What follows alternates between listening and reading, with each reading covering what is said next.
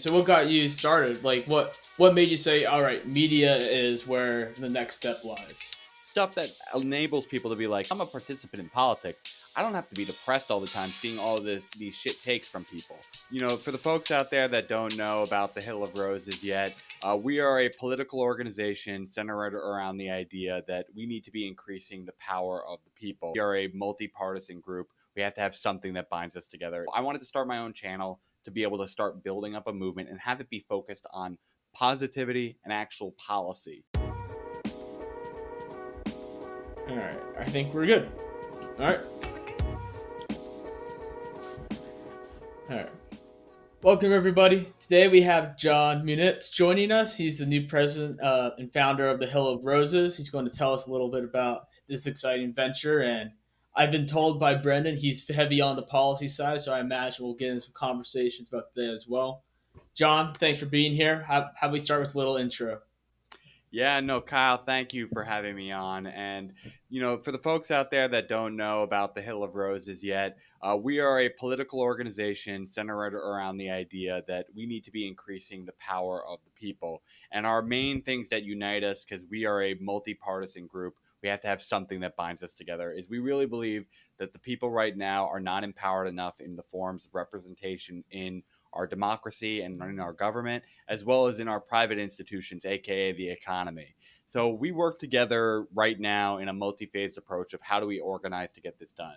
So right now we're a media organization producing content on podcasts, video, and blog posts, but we're transitioning our efforts into the fall to be able to become a formalized nonprofit, to be able to help people in what we kind of moniker a for the people, by the people lobbyist group. Because frankly, we hate lobbyist groups because they're all corporatized. They're backed by corporate interests. But we know that lobbying is just the idea of, hey, we have interests we'd like to get done.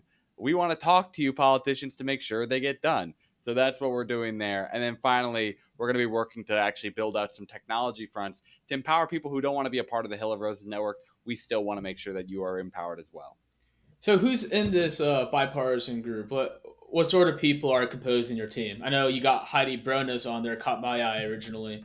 Yeah, so Heidi is our president of engagement. Right now, our team is roughly 24 members, 25. One person's like making their mind up, but I'm pretty sure they're going to be joining. We have, what's it now, 19 content contributors. We have 2 people doing graphic design. We have ourselves a new video editor. And then we have the 2 people doing community organizing. Our newest member, I'm going to take some liberties here because he seems super interested, and it's just a formality of how much time he can give. We're going to be having Barrington Martin be able to join our team, again, in that engagement role, being a collaborator with Heidi Brion.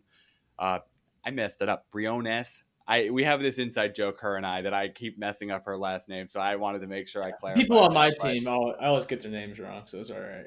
Yeah, so we have a really good eclectic group of people, and we have them really try to cover a variety of topics, get each of them a little bit more experience, building up into an expertise. So we cover roughly, I said beforehand, we have 2 key pillars that bind us all together, but for a fact, there's way more issues than just the economy and our democracy. So we have people cover, I think it's around 14 in total. We're currently evolving to add one more into that mix. And things, that are included within that are, criminal justice reform. We have gun rights and gun control. We have, the environment. We have housing, human-centered economics. As I said, democracy beforehand, housing. We have culture, local politics. We go through the gamut of issues in our organization.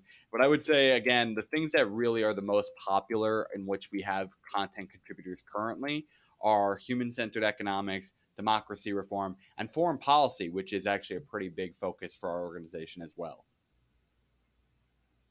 Oh, that's all interesting. How you started? Like, what made you say, all right, media is where the next step lies? Because So, a lot of Yang Game made that same choice. yeah, the first thing was I'll start from the beginning. It originally was not a network. Originally, it was just my channel.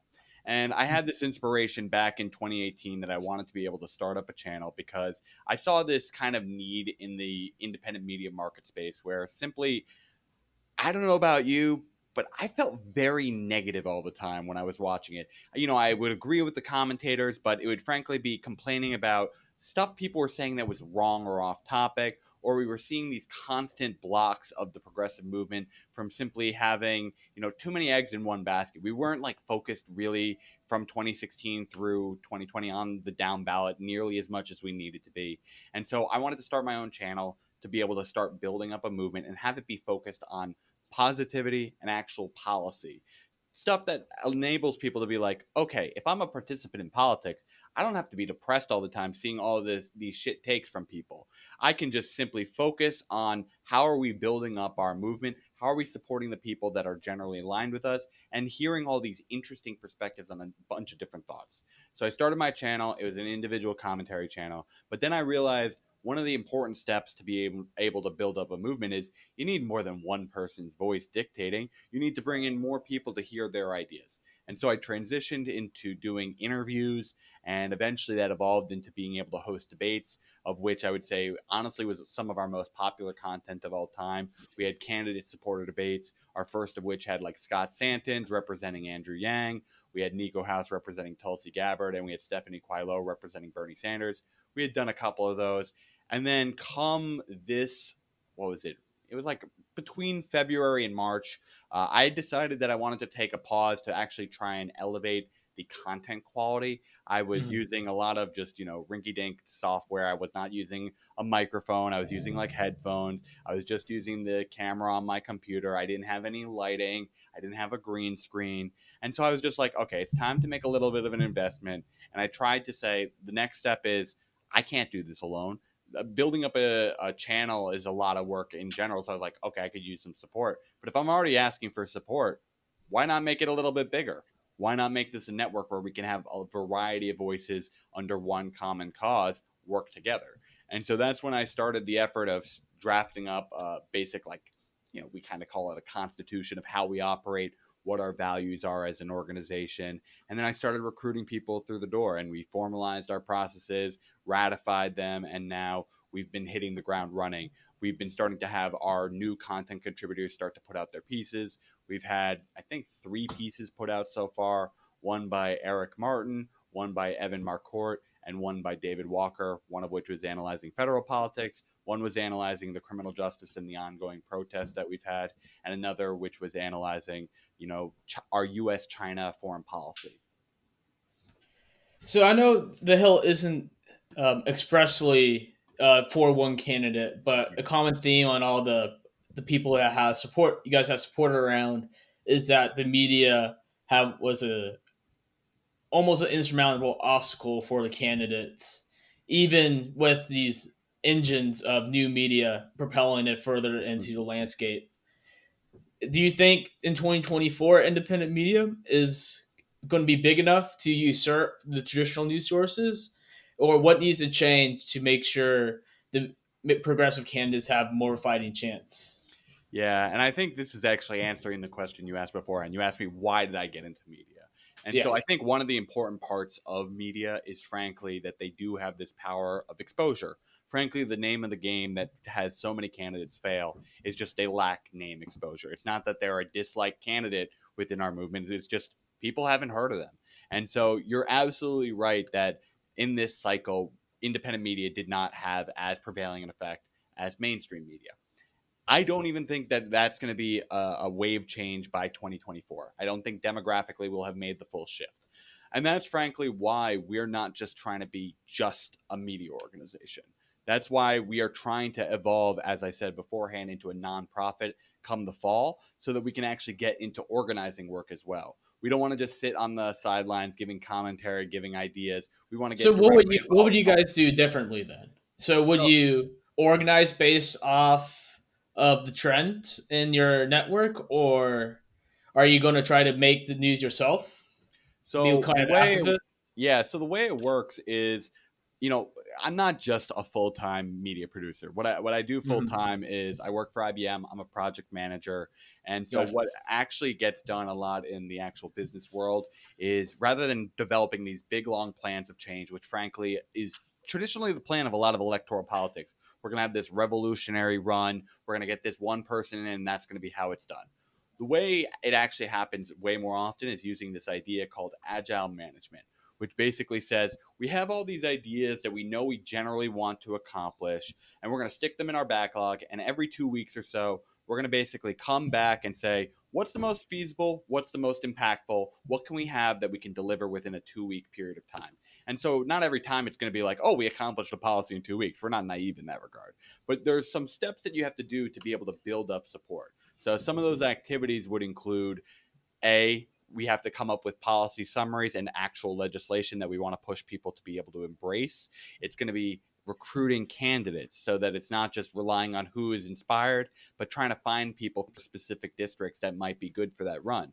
It's working with the people who do have that courage and want to step up and being able to support their campaigns. It's making outreach to actually work with people who are within the Congress, within the state legislature, within some of these local offices to be able to work with us.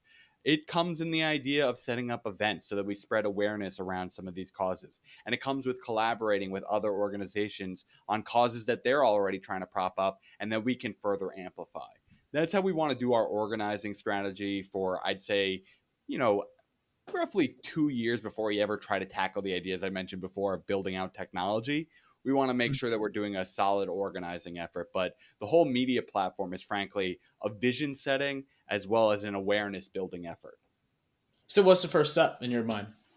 of being able to actually put Yeah. empowerment. So where are you guys in your timeline? Where are you guys at right now? And what's Right the next now, step? we break these things down into three phases. As I said, media is phase one, organizing is phase two, and then we have as our third phase technology. Right now, I'd say we are kind of at that beginning of phase one. We're starting to advance through. We have some actually really awesome interviews lined up. So I'm thinking we're actually hitting a pretty good inflection point now because we Hmm. just had a huge event this past Sunday where we had 16 candidates in total come on with us to be able to discuss how we reform government and bringing some innovation to the table of how do we actually advance this, because frankly I think the conversation there has been largely oversimplified by a lot of candidates, so we wanted to do a deep dive on that. And so the way I see us being able to build out this movement and get all these policies done is the two things that have united us. We're focused really primarily in our organizing efforts to start getting some democracy reform done as well as some economic reforms. And so, some of those things will include obviously working across states to be able to try and get efforts like ranked choice voting. It comes with the idea of advocating for democracy dollars. It's advocating for term limits. It's advocating for things like universal basic income when it comes to an economic front. It comes with the idea of what's known as universal basic services, not just an income front, but that we're providing these services that frankly are always being demanded for just being able to survive through life. Things like healthcare, things like housing, things like transportation and utilities, and all of these basic fundamental things like education. We want to make sure that there's a baseline service that all people are receiving, coupled with their income that gives them the economic power to have some freedom within the markets. That's where we want to target, but we know that we're going to need to break this down into micro steps to be able to advance towards actually flipping those things, because our current state of politics is not close to that right now. We are ambitious. We know the people are behind us, but the composition of Congress and a lot of these state and local houses are just not there yet. So there's a lot of organizations popping up right now in this grand movement that's right off the coattails of the elections. Do you Yep. think COVID has helped propel this movement, or have we been sidelined by the dire crises we find ourselves in? So I think there is some upsides and some, but I'm going to bluntly say that we probably have been hurt by this in the short term, Mm. at least, because in the long term, I think we've had some awareness and some of our issues have been elevated. But I think that this has damaged us in a lot of the candidates that had been running because they had been sidelined to not be able to do a lot of campaign organizing events that could have pushed a couple more names over the edge. So I think in the short term, and this by short term, I mean probably until like 2022 at a minimum, we've been Mhm. hurt. But I think there has now been this awareness that there needs to be some structural reform, and that some of these ideas, like a universal basic income, are a lot more tenable. I remember seeing polling shifts from, frankly, like when Yang had dropped out to right when we were, I think, talking about doing like the CARES Act. It had had a roughly 25-point bump, and that's a big thing. I think we've also seen a lot of people get frustrated by how inept Congress has been in being Mhm. able to address these issues and how slow they've been doing it. And so I think that gives us some momentum to say, hey, look, we need to have some democracy reform. And no bigger case than we've seen, what was it, four people in Congress have insider trading based off that knowledge. They knew it was going to happen. And what did they do before trying to start legislation or inform the public? They tried to make money off it. And it wasn't just one party, it was bipartisan. So I think some of our causes have long-term, boosts in awareness, but I do think we got hurt in the short term. And I think Yeah. that's probably more important. Yeah. Beyond even our candidates, our volunteer pool, like us ourselves, have been really hindered. On I'm connected with Humanity Forward Arizona, and just a bunch of our volunteers have had to pull out because they just had to refocus their commitments. Yeah. It's like it's the opposite of like getting a UBI, or it's this economic crisis forcing Yeah. everyone Andrew to. Yin hit us all. Oh, that was a funny meme when I first saw that. But you're right. You're absolutely right that there has been a lot of people, and this is honestly a common theme that Yang talked about. When the economic conditions are not working well, your head goes down. You're not looking forward to how do you solve this. You're saying, how do I take care of myself? How do I pay the bills? And when you're not getting any support, honestly, a lot more cynicism builds up too. Like, oh, and on top of that, it wasn't just that happened. Biden locked up the nomination at that point. And so we're like, okay, we got someone who is the return to normalcy candidate who, out of this whole big field, ended up winning it. And we're all suffering. Okay, I got to go focus on myself again. And you know what? We'll rally. I think we're all just kind of looking for what is that next point, and can we get to some stability point for ourselves where we can start focusing on politics again. Yeah. You've been pretty adamant about voting, making sure people vote for Biden. I So, don't know about that necessarily. I advocate everyone vote. I don't well, care if you vote for Biden or a third party. I'm not okay with voting for Trump, so I would advocate away from that. But I don't care if you vote for a third party or Biden. Just I want people to show up and vote. why do you press so strongly if you consider the third party vote valid? Because arguably it's just as invalid. Maybe your vote in general is arguably invalid, even if you do vote for a Biden or a Trump. It's just the way the electoral powers work. So why should people still vote? Okay, so I have a little bit of a nuance of what I'd recommend to people. I would still recommend to people if they're in a swing state, please do consider Biden, but I still will respect you if you vote for third party. It's just what I would generally advise. The reason why I think it has worthwhile merit voting for a third party is that there is still strategic value to it. It's not necessarily that people expect that they're going to win. It's that by achieving a 5% national vote standard, you're going to achieve more FEC funding. By achieving a higher percentage, if you can, this is probably not going to happen. I completely acknowledge that. But if you get to 15%, you get to go on the debate stage. So certain thresholds have implications. And they also start signaling, hey, this is something that becomes a little bit more acceptable because more people were willing to do it. Maybe in future cycles, I'll consider doing it if we get that democracy reform through that says, hey, it's a little bit safer to take that chance. Well, first past and post electoral systems just is like a Exactly. law. It's like a law of the system we have that can only be two parties. So so if the goal is to get third parties, shouldn't our focus be on changing the system instead of protesting? Or I wouldn't call it protesting, and I do think you need to do both, frankly. But you can do that through who you're voting for on the congressional level that's trying to actually do the reform, and in those state houses for your own area. But then at the same time, you're trying to set up some of this infrastructure for the future. to be able to give them more funding for future presidential runs. Some people will believe the Green Party is the best way. Some will believe it's the Libertarian. Frankly, if you're not picking one of those as your third party, maybe there is worthwhile consideration because none of them get even close to like half a percentage. But those have the chance of hitting potentially that 5% threshold to achieve some funds. And so I do think that there's a strategic purpose there.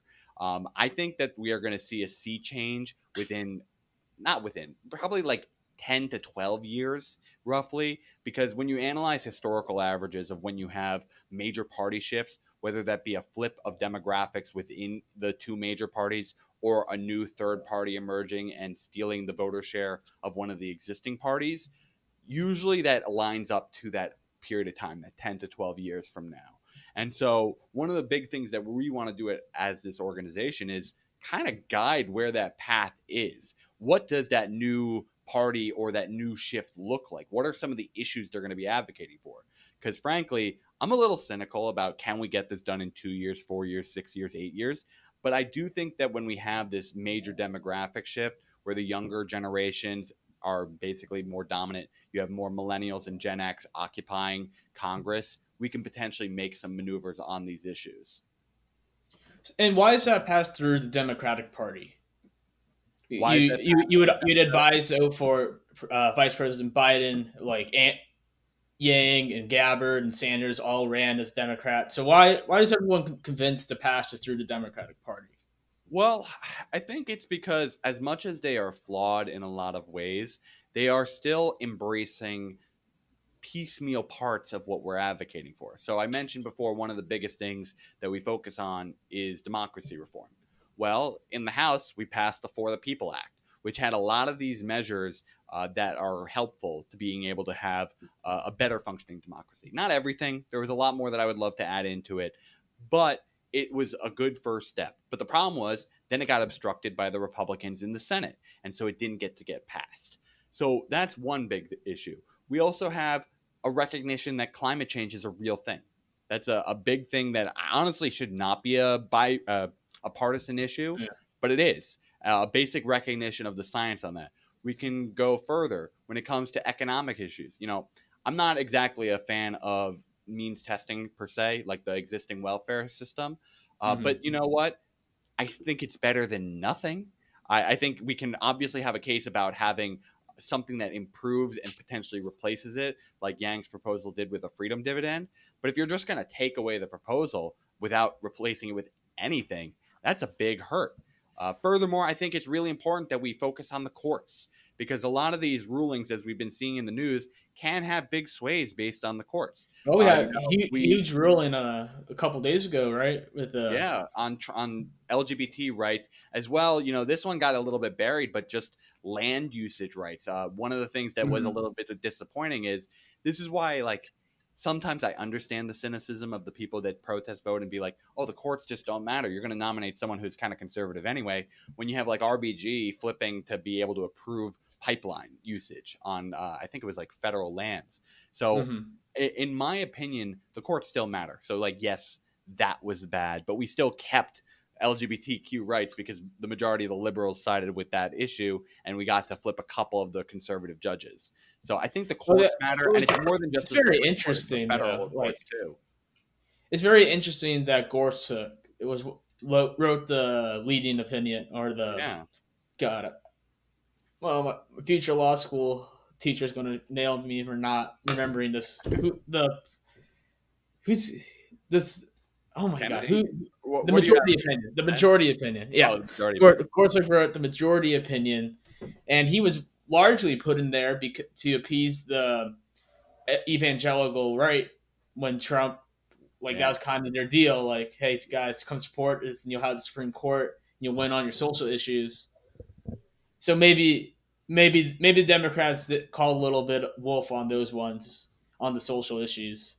But now we have to face. I would have asked what happens when it comes to abortion. Maybe he was good with that one, but I think that is frankly the big thing that they wanted to get the courts for. Maybe not as much LGBTQ issues because, I will admit they definitely have more of a bias against those groups. But I do think that there's been a little bit more of an evolution, even within conservatives, to recognize love is love in that regard. Not all, but it's growing still. Abortion, though, they're pretty dead set on trying to repeal.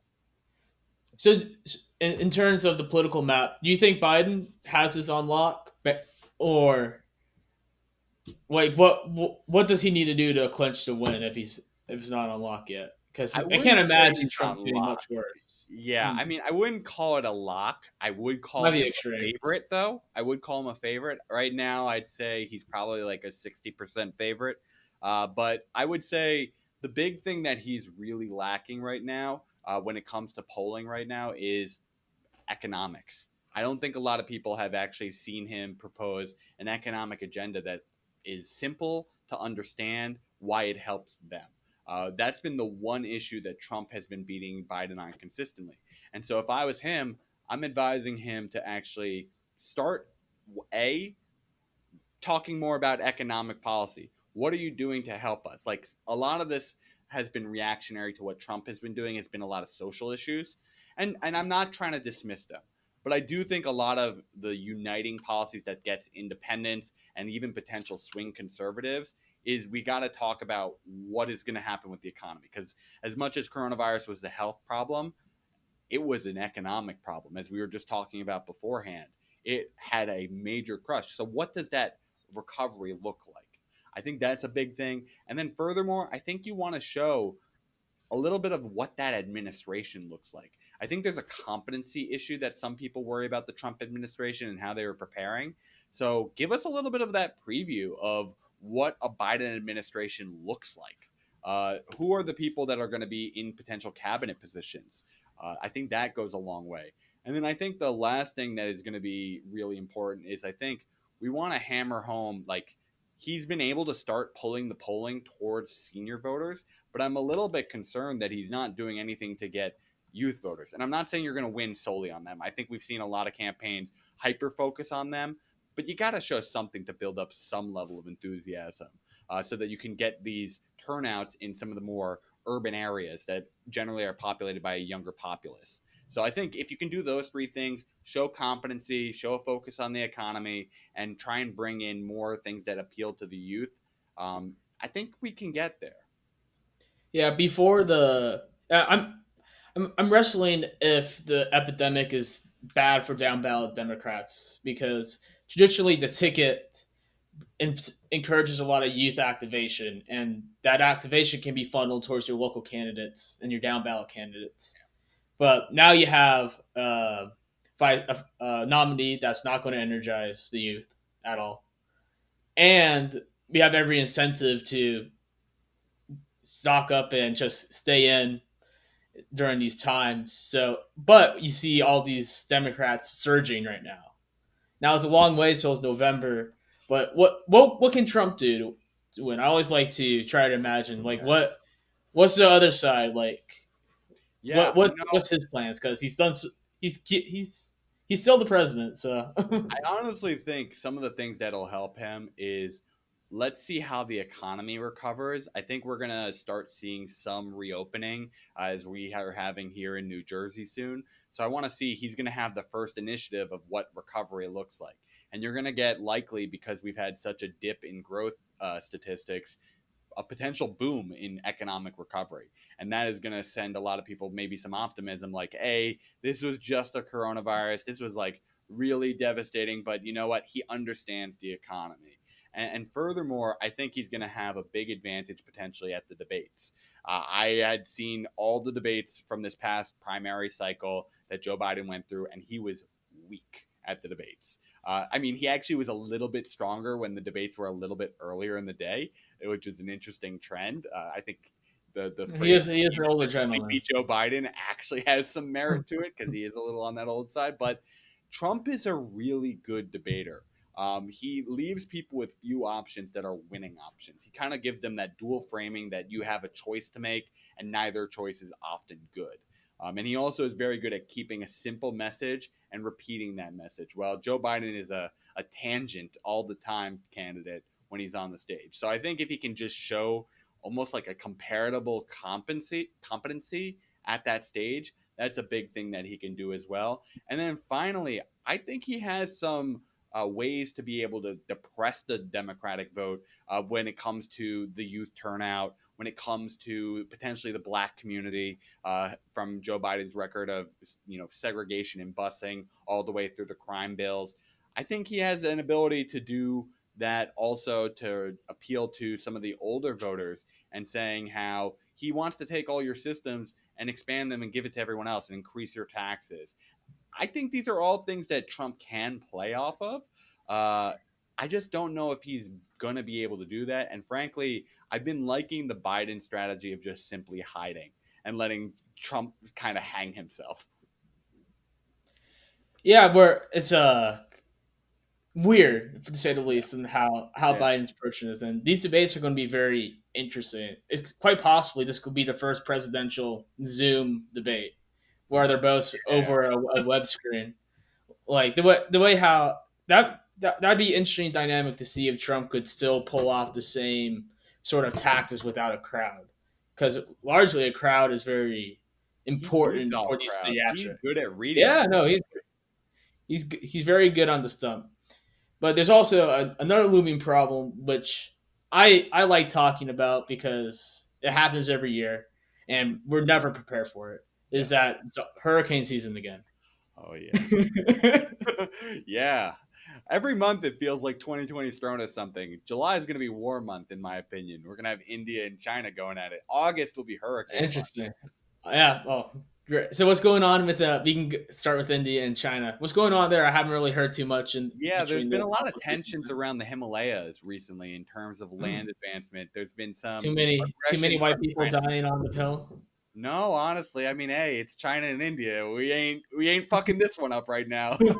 But in general, there's been just land tensions, and I think this has been part of what China's kind of nationalistic movement has been under Xi Jinping. Has been trying to expand the Chinese empire. We've been seeing aggression into the South China Sea, and I think we're Hmm. also seeing that now occur at the Himalayan borders. And so, I won't claim to be an expert on this issue, frankly. I've just started to read up on this because there's been rumblings of this, and I've been seeing notes from like what was it? I think it was Swalwell, but I'm gonna feel foolish if it wasn't. But I thought it was Swalwell. But regardless, I've started to hear rumblings on this, and so this is something I'm studying, and I frankly think is going to be potentially evolving into July. I don't think it's going to start in June. There's just been some posturing at this point from what I've read from like a New York Times article, but that's a potential world war situation if China and India go full on warring at one another, and that would be devastating. But yeah, every month has something surprising for us. I'd wonder what China's strategic value would be in capturing this base of land. One of the things that when I have a discussion about China's foreign policy is one of my premises is they're more economically driven than militarily, Yeah. with their Belt and Road initiatives, with even the expansion in the South China Sea. That's not active warfare. That's gaining control of supply routes Yep. and in trading routes. So I really thought they'd really not put too much emphasis on traditional military and traditional land conquer, and focus on cyber, focus on their economic dominance. So it's strange for me to hear that I they're know. I agree with your general philosophy. So this has piqued my interest as well because it is outside the norm. We had a whole episode recently, I think it was like yesterday with Evan Marcourt. He was detailing all of these China reasons, and all of it does come down to control of the existing populace, as well as expansion through economic incentivization of other nations, whether it be Africa with the Belt and Road initiatives, whether it be the South China Sea, as you just mentioned, to be able to control trade routes, whether it be simply capturing intellectual property for their own usage without much penalization, whether it be basic like government investment into some of these key technologies that they're trying to outcompete people in, like artificial intelligence, like semicapacitors, like what was the other one we had? A 5G internet as another one that they're currently making major pushes in. I think that these Mhm. are all showing that China's whole goal is that they are not looking for quick wins. They've always been this nation that has planned far into the future of where they want to aim. And I think they've shown that with where they're trying to make infrastructure investments, as we've been seeing with Africa and with the South China Sea, as well as technology investments, as I just described. Do you think this?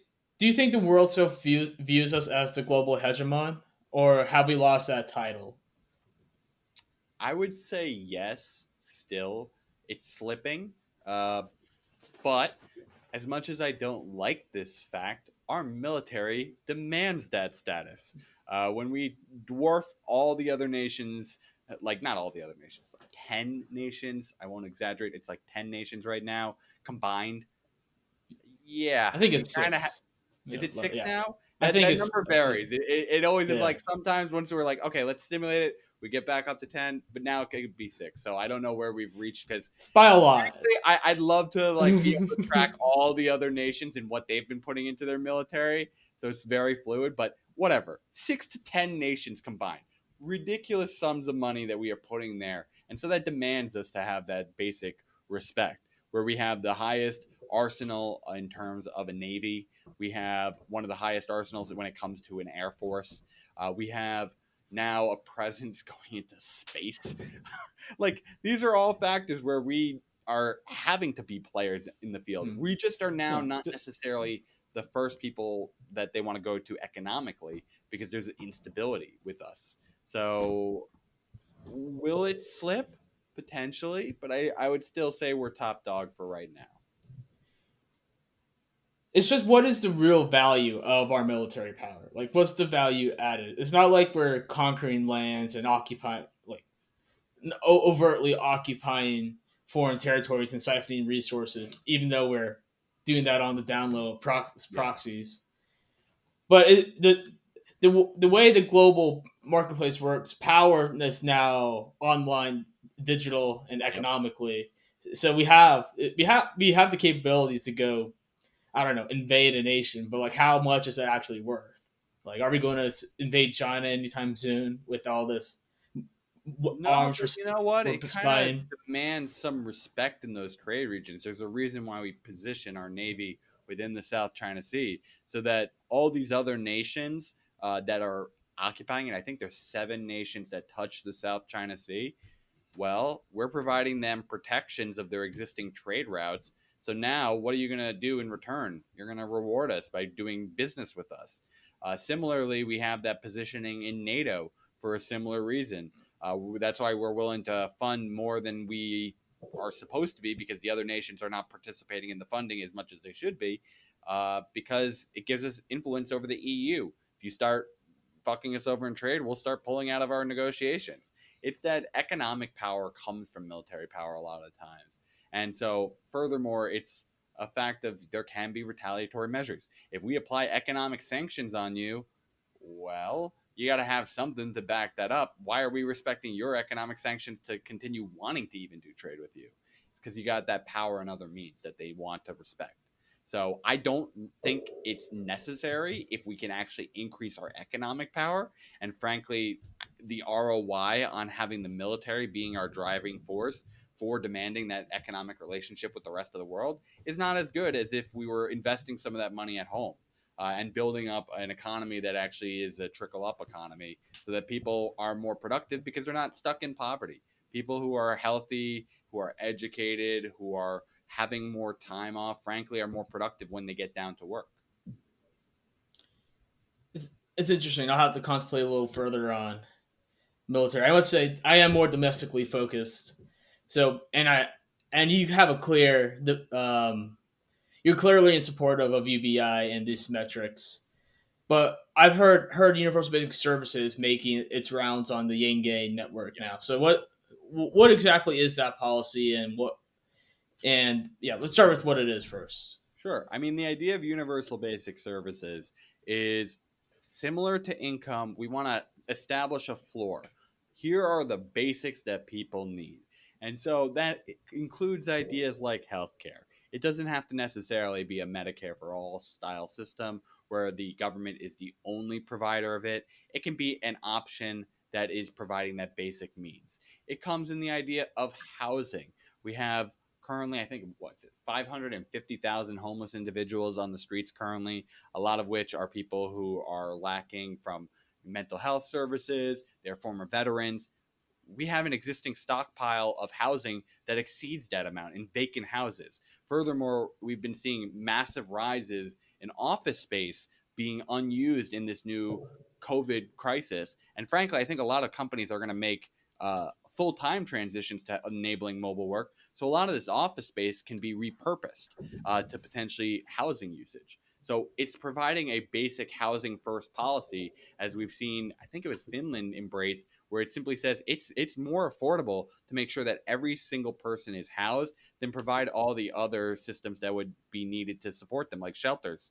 Right now our housing guarantee in America is jail. That is what it is, committing a crime to get off the streets. And so it's easier for us to say we're going to house you and make you more productive, because housing is a big part of your health too. You're not exposed to the elements all the time. You can get sleep.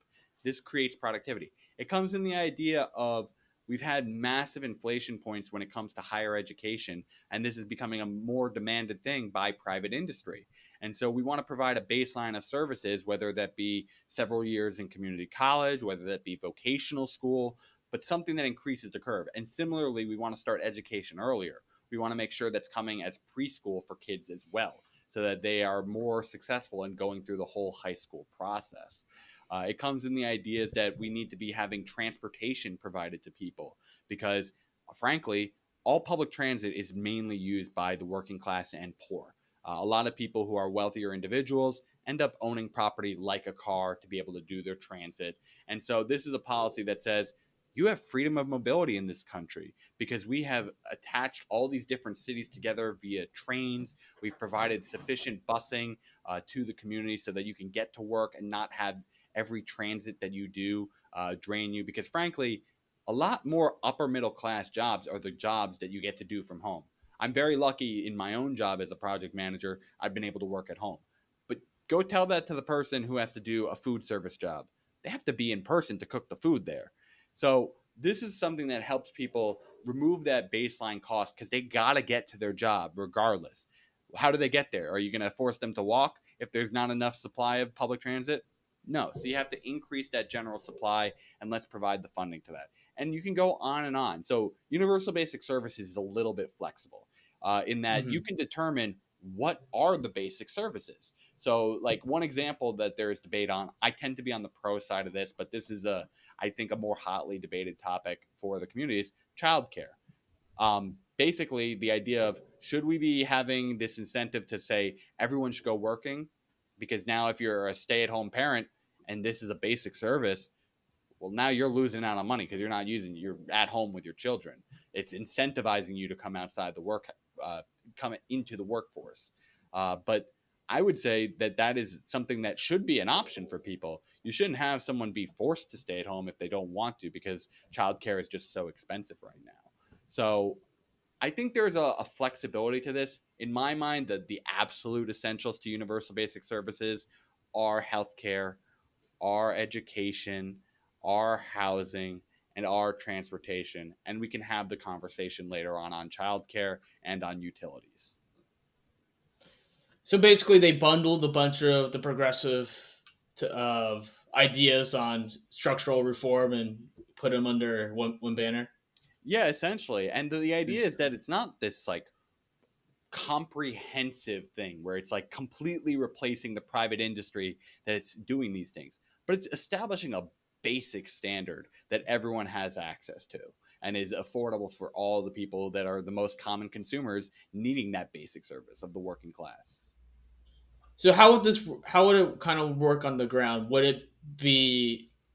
Would it give people access to money so they hire daycare providers, or is this government-run centers, or is So it kind of like So one of the big basically, things the I way it have would on? work, in my Um, opinion, is that the best way you would approach this is having funding mechanisms from the federal level to have pilot programs administered by local levels. Because frankly, you're not going to be able to have the same program for a rural community as you are for an urban community.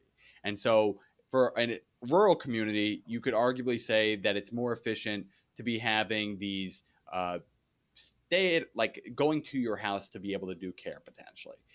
There's less individuals, so there's probably going to be a little bit less demand for that, and so you're going to have people be able to come. But for an urban community, it's a lot easier to just say, here's this one hub, everyone's close by to it, drop off your child there.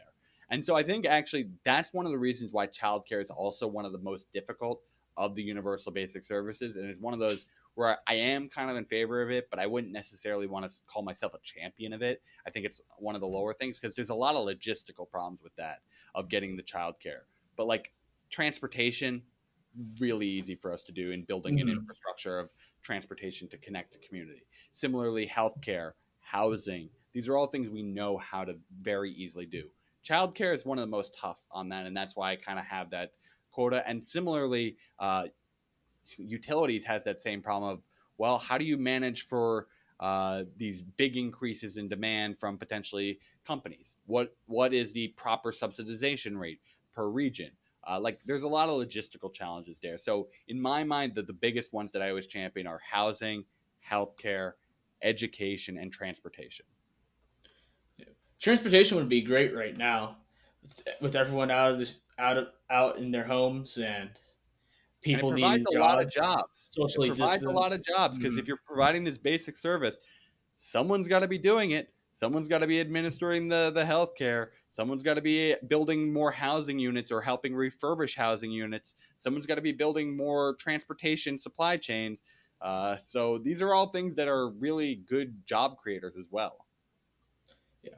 On that list, I have like things like healthcare being provided as a universal basic service. I'm more in alignment for, but one of the reasons I liked UBI so much when I was doing my research on it is that it entrusted people to create the opportunities themselves and allow that to expand to a community level. And one of the big differences as a human centered capitalist versus a progressive is I think progressives lean a little bit too heavily on top down change in forcing the federal or the state governments to impose change down. Do you think that that's a concern with universal basic services? Yeah, I think there's a problem when it becomes the sole option, frankly. But when you have some competition that you could choose a different service, it becomes a lot easier. And that's why I don't advocate for universal basic services above universal basic income. I personally still champion universal basic income as more important so that you have that empowerment to say no to options or choose a different option. But the thing is, $1,000 could go potentially far in a rural community. I don't think it even covers all the different services I mentioned in a rural community, but it can go much further. But if you're in an urban environment, that's not going to get you even rent. And so there's some of these basic ideas of what we need to be providing that I think all people need to have to function in society.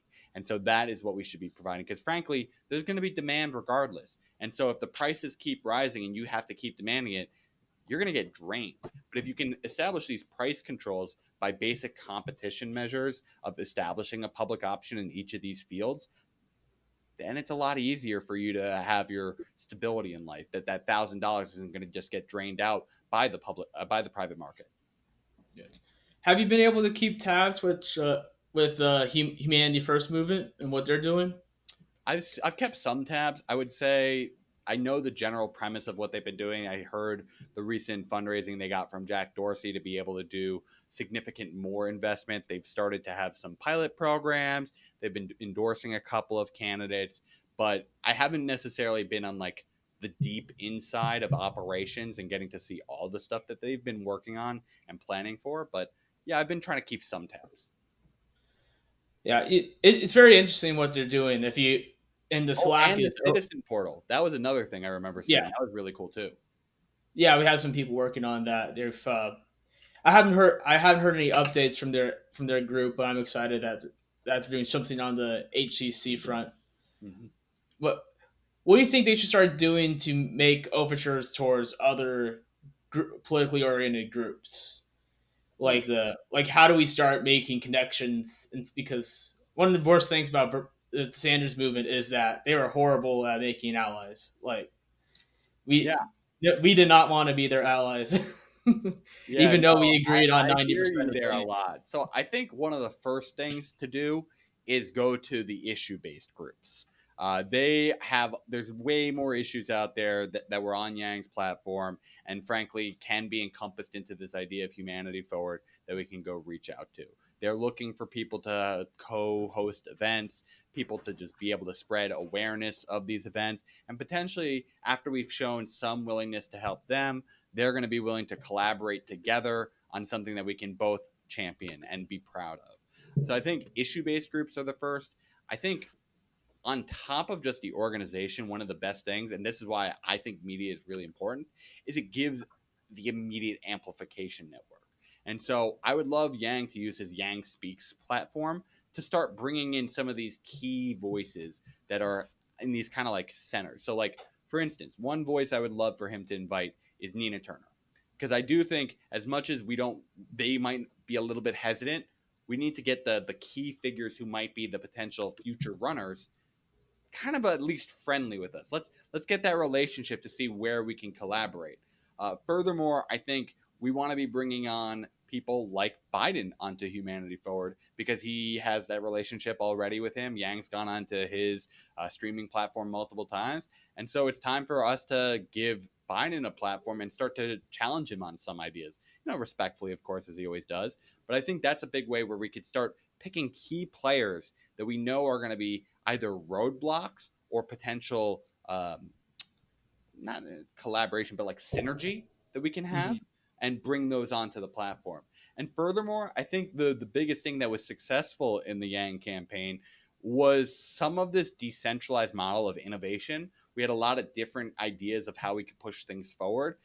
We need to somehow connect those pieces, though. Like, obviously it's good to have a little bit of a hands off, here's some freedom, go innovate.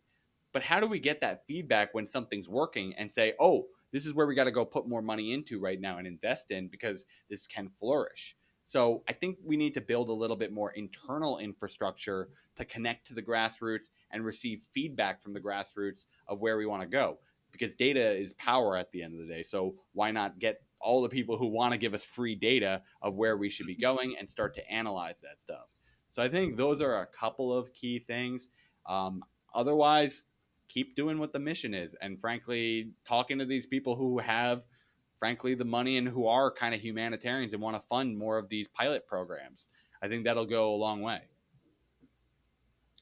Yeah, for any of your people that are following you that might not be so in tune with what Humanity First movement is, he, the nonprofit Andrew started, Humanity Forward, is actually a different section. They're the ones with Andrew's team, and the one that's doing the COVID relief, and that's aligning with all these people. And the Yang Speaks, that's all him. The Humanity First movement is composed of a bunch of grassroots leaders that are now in charge of the vision of our movement. Like Andrew kind of told them, like, hey guys, you figure out what the movement is and where we're going, and I'll Okay, help you. so I We'll had help each heard other out. forward, but yeah, can you further clarify what's been happening there? I've not been keeping as much tabs on that as I have for Humanity Forward. Yeah, so I'm very upset that they decided to name themselves Humanity First Movement, because they could have named themselves Humanity Forward America, and we'd all be in alignment, and everyone Yeah. would know who everyone is. But now we're not. But Humanity First Movement is the collective of grassroots volunteers that are voted in by the General Yang Gang to decide what is the future of our movement, and decide where we want to activate our volunteers. So right now they are creating. It's very interesting, and I'm not the best person to explain it, but they're creating a socio-democratic national organization that will have working groups or state chapters That working sounds with like the locally endorsed DSA. candidates, and but collectively it will be the vision of what we're doing will be democratically ran. It's Sounds a lot like very the DSA. there's a lot in there, but there's like in the Slack group there's like 20,000 people actively doing little bits. Even though, like, you have to say the leaders are doing the majority of the work, so the HFM board doing a great job. But That's there's very so many people doing little bits is nice. But they're trying to create that national infrastructure that you're kind of describing. Yeah. So, we what are some of yeah. those initiatives that they've been trying to push forward so far? I have not been that familiar with the Humanity First organization. So we've had a couple really good successes. The Shake Up Congress hashtag stemming from the first round of stimulus checks. It was HFM and the leaders inside them, like James Ellers and his team and HFM. They got the trend, the Twitter, the hashtag trending. Jesus, Yeah. they got the hashtag trending. They put together all the write your Congress initiatives, all the phone numbers, and they gave all the information to all the state chapters. So then we relayed it to all our people, and we got them to move to put cash the stimulus checks back on their radar when they were going to take it off. Then recently we had a national phone banking drive for James Johnson, who Yep. Who won his pretty race? handsomely won his race, Yeah. which really boosted a lot of morale in their team. That was always good. And then we're the actual volunteers who are calling the people who are getting the COVID grants because we want to make sure Yeah. they're like actual people and that they need the money and that nothing fishy's going up. It So it's is the a little HFM sad that we volunteer. have to do that though. Like the whole idea was to test pilot like universal basic income, which was Mm-hmm. frankly everyone. But now we're kind of like means testing it a bit. But I understand why, because we're not a federal Oh, government definitely. with our own currency control. But yeah, Yeah. it's So great that they're doing the universal pilots though, like for whole communities. yeah. So the pilots in New York, those aren't attached to the COVID relief callings. They're separate UBI pilot experiments. These COVID callings are just trying to provide national relief to Yeah. people that sign up. And I can't lie, I'm a little disappointed that that's where all the money's going from the Dorsey donation. Because, like, I get it, people need the financial help, but at the same time, a little bit of that could have been directed at scaling up our state organizations and national organization, so we could what a lot of the things we want to do require some level of funding, and that was one of the biggest problems during the campaign was that none of the state chapters had any resources. Yeah. If you weren't in Iowa, New Hampshire, or Nevada, you got nothing from Got no national. love. Yeah. Yeah, no love. I was in New Jersey. We weren't even a thought. We never even got on the ballot. We were that late. Jeez. Yeah. So it would be I going back to the point we were talking about helping our volunteers out. I was hoping he'd invest in a lot of his volunteers Sure. and getting them some brevity in these times, but he decided doing the COVID relief. That's his. He raised the money. It's his decision. I mean, It's honestly, helping a lot of people, play so devil's it's not advocate there bad. just a little bit. Like the devil's advocate side is that if you're using it just on your supporters, doesn't that seem a little like selfish in a way? Like if you're giving it to the non-supporters, doesn't that maybe build up more awareness from people who previously maybe didn't support him as advocately? Like, No, do sure, you reward definitely. the loyalty or do you reward like new consumers? Like it's this constant divide that businesses have. It's like, do you give more perks to those that are considering coming through Mhm. the door? It might Well, be ideally, the answer is both. Ideally, you're able to do ideally it's support both. for You're right. on both sides, Yeah. and but it's still we still have a long time. It's not like he doesn't have like he's made ventures. He's trying to figure out, or Humanity is trying to figure out what HFM needs and what the state chapters needs. The process is just a little bit slower, and the crises obviously didn't help measures. Like everyone was scattering after No that point. one. Yeah.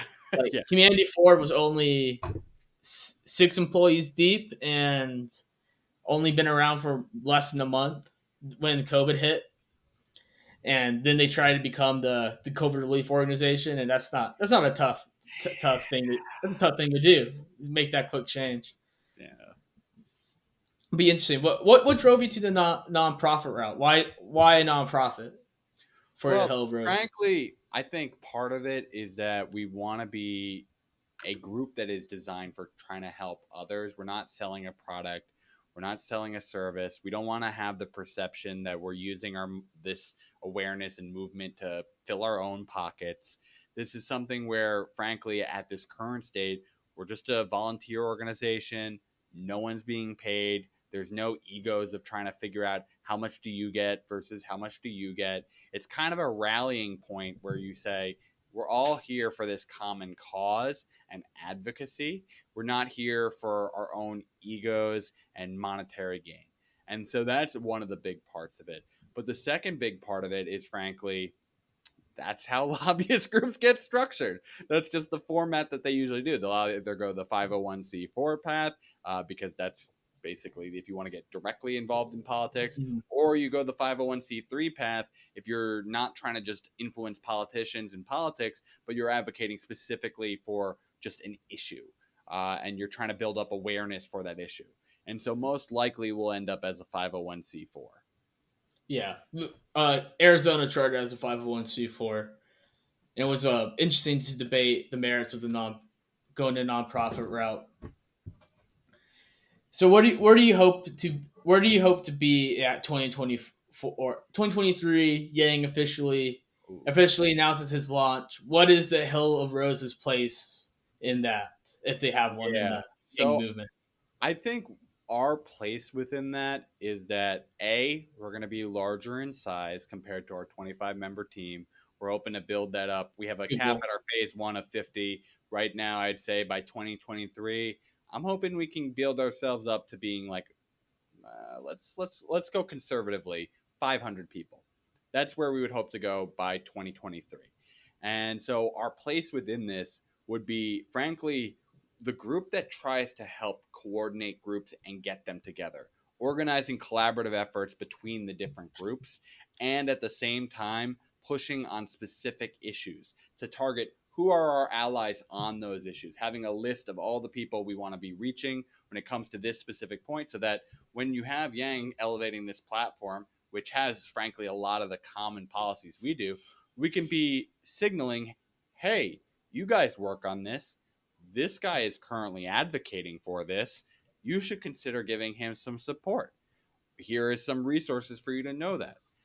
Furthermore, it could be simply playing a more not neutral per se, but like there could be several good candidates in the field, and so it's building up those amicable relationships to say, hey, can we be better if we unite? Because you can't just say drop out. That's honestly, shaming does not work in politics. So But like, I guess that leads to Charles Booker v. Mike Bro here. So yeah, what's you uniting them there, because it'd be a big help if you did. yeah, no, I mean, we're not big enough to have the enough sway there. Other than, I will admit, like, I'm both flattered and disappointed at the same time that I got a call from them. Like when they had the whole Booker poll, like they came and basically told me, like, hey, we just want to call up some key supporters, let them know what our game plan is. We're putting out a public release. Let's talk this through. And I'm flattered because that is respect. Like I had some voice where they felt that I was worth it.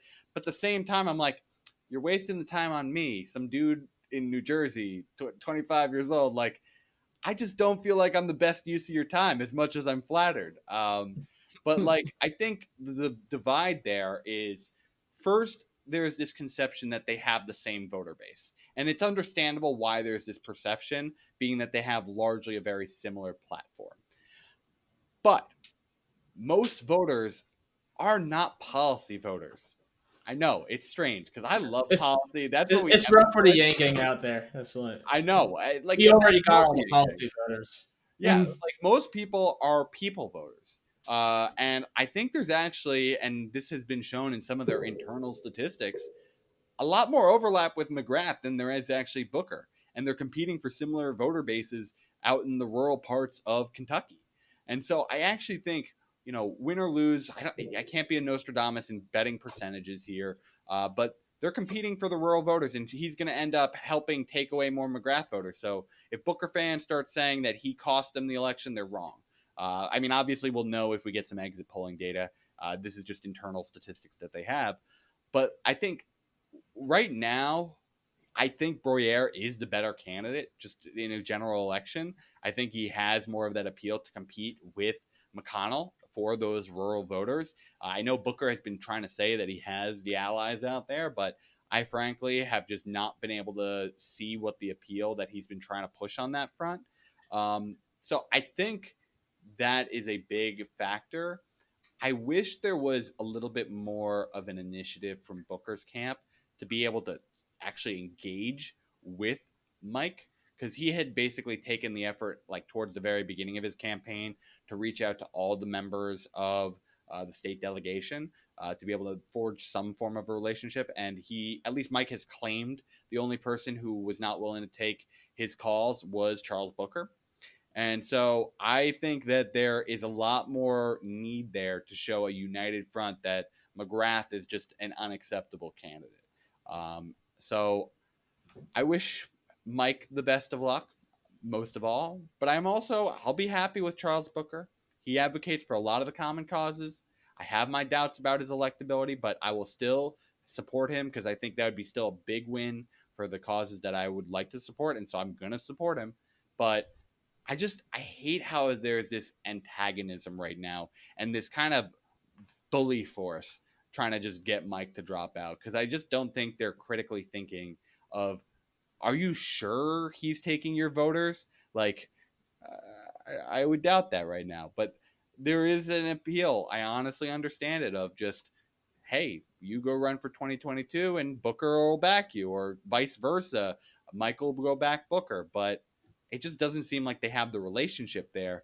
And that is what I was talking about. I want to be able to help bridge these gaps. And so, like, one of the things that I've been able to do is have this very both forward leaning group with the Yang Gang, as well as a lot of these left leaning groups as well. Like, for example, this upcoming Friday, the June 19th, I'm going to have the Green Party presidential and vice presidential candidates on the program. So that's going to be a big interview. That's very clearly left. But we've also been able to have all these candidates on that are forward, and we've had even some more conservative people on the program. Like, I've had on Zoltan Istvan onto the program previously to talk about transhumanism. I want to try and be that, like, forge that brings these unnatural groups that should be natural groups together. Mm-hmm. Yeah, we definitely need to break out of our enclaves Yeah, and go in each other's world. And if we have a shared world, Hell of Roses, even better. It's like yeah, and that's why we people don't that want we to just trust be on a all gang sides. gang movement. Frankly, Mm-hmm. we want to keep, like, obviously we have priorities, and certain groups are going to have more alignment with us. So I'm not going to say we're completely unbiased. We clearly have some areas we want to work, but we want to be a bridge and not just completely frame ourselves as just Yang centric. Frankly, Mm-hmm. that it's been one of the most interesting things. Like, I started the name Hill of Roses, from at the start of the organization. I was a Bernie supporter. Yeah, I I thought you were Bernie supporter the whole Yeah, time. I was. I I've was a learned like a Bernie. week ago that you were more Yang than Bernie. Yeah, I was a Bernie supporter, like, planning on voting him until August of 2019. And then I switched over to Yang. I ended up becoming a max donor to Andrew Yang. And the Thank you. inspiration for the channel name, The Hill of Roses, was a couple factors. One, the rose in its classic form is known for, like, social democracy. And so I was a social democrat, still kind of do, but I've now kind of transitioned that to democratic universalism as what I embrace.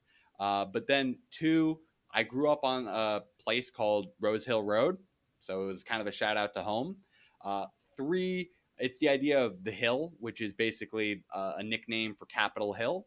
That's where we want to influence, and so that's where we're going to fight our battles. And the last is the idea of having a hill to die on. We care about these issues. We're willing to die for these issues and take firm stands that we are for these issues, and be, willing to adapt slightly, but we're not going to full on sell them out. So that's really what we want to do here at the Hill of Roses. And I think the one thing that I would tell people is that roses have multiple meanings. So yes, that red rose has a little bit of that meaning of that social democracy. And frankly, it's kind of been co-opted by Bernie supporters. Bernie himself never adopted it. DSA, sure, they adopted it, but Bernie never adopted it himself. Yeah, And it's then, not like he told anyone to put a rose on their. yeah, he wasn't like Yang, who adopted the blue hat. So on top of that, we're going through right now some thoughts of actually not name shifts. We like the name, we're going to stick with the name, but we're potentially incorporating some logo shifts so that people can recognize we're not just red roses out there, but we have multiple people within this. So that's something that'll probably be done Yeah. in like July. So Black look rose forward would to look that. cool. We are going to Way have more. colors. Yeah, it's going to be a field full of different colored roses. Like you could see here. I don't know if this is on video or not, but like we have this all backed up with so many different colors here. So yeah, that's something we want to do to make sure that people are aware we're not just one ideology. We are a mixed partisan organization. We do have limits. I'm not going to take anyone into my organization who's a fascist. Like, I know that term gets thrown out a lot, but like, we're not going to platform people with radically like derogatory views, frankly.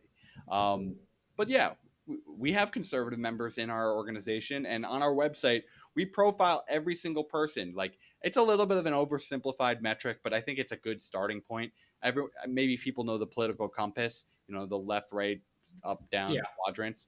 And so we do have a little bit of a concentration point naturally. Kind of, I'm the Yeah. center Most of of you guys are gravity. on the left.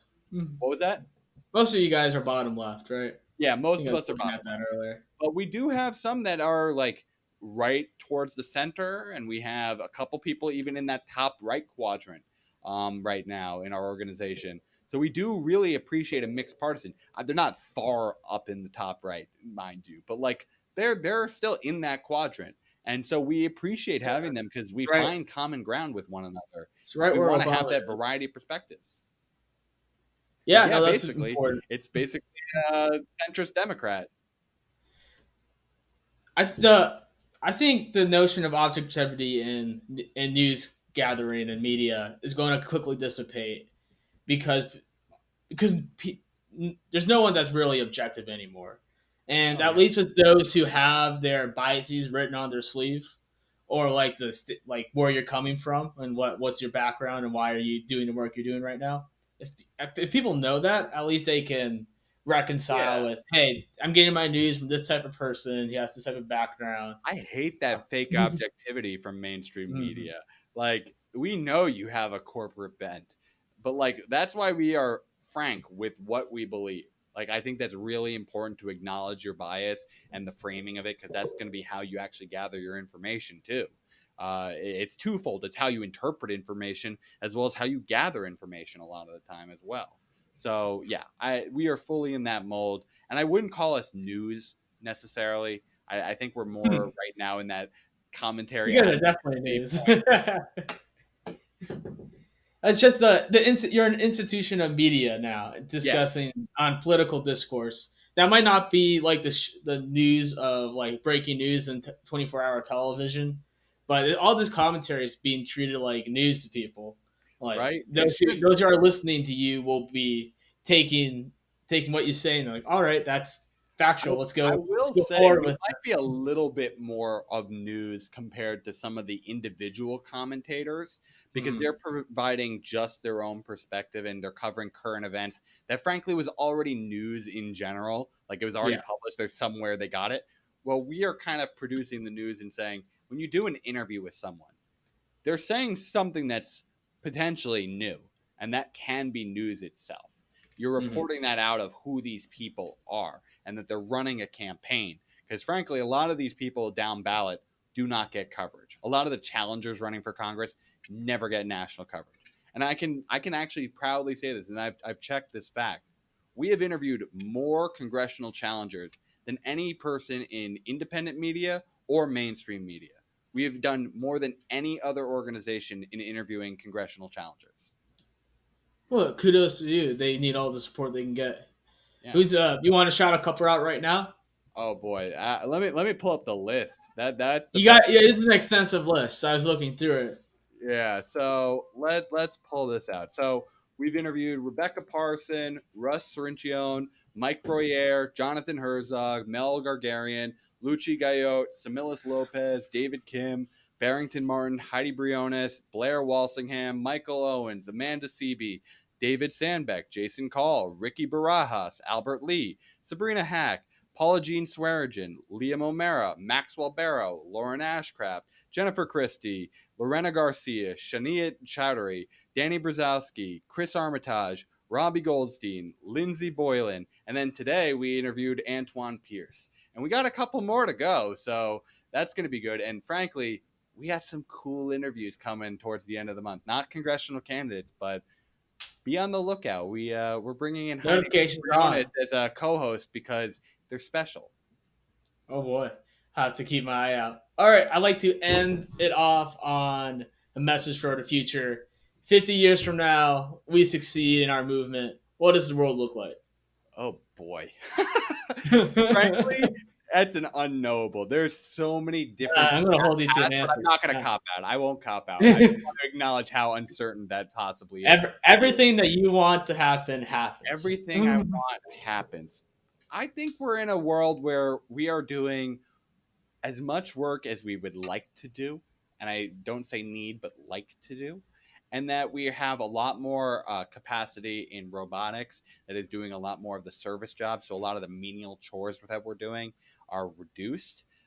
This is going to be still, I think, an era where we are going to have power struggles. I don't think you'll ever have this existence of power struggles not exist, but I think you're going to have a lot more kind of Cold War era power struggles instead of like interventionary, because there's just at this point a little bit more equal forces, because technology can only go so far in devastation power, in my opinion.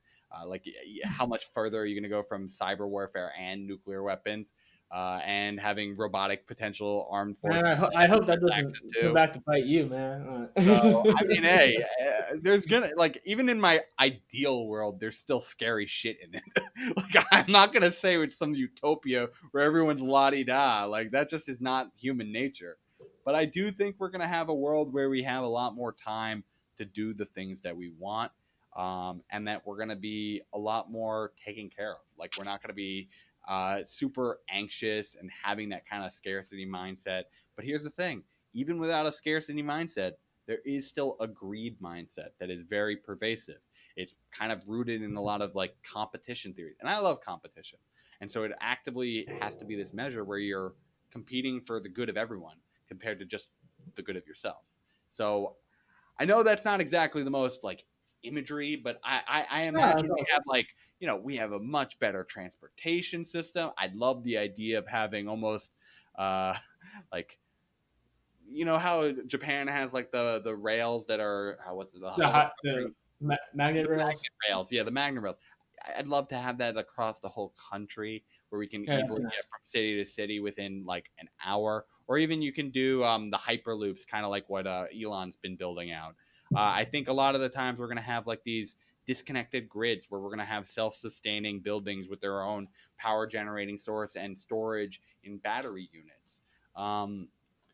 I'm hoping we have a democracy, like a government itself, that incorporates a lot more direct democracy into it, so that you and I are both getting a little bit more say on what actually is getting passed and the initiatives that we're looking forward to. And, you know, frankly, not having to go fill out all this paperwork to be registered to vote, but we have a secure, automatically registered system that you get to be a voter. And we don't have a system that is dominated by a two-party system, but it's a lot more independent candidates. So that's kind of a future that I'm hoping to see. Yeah, I'd live in that one. Yeah, I mean, people say Star Trek, but I don't think we're Star Trek in 50 years. Nah. I don't know. It depends how well Elon does, I guess, with his space force. Even Elon's not going to do that. I worry he does too much Twitter bullshit to get that done. Wouldn't that be something that's what takes him down?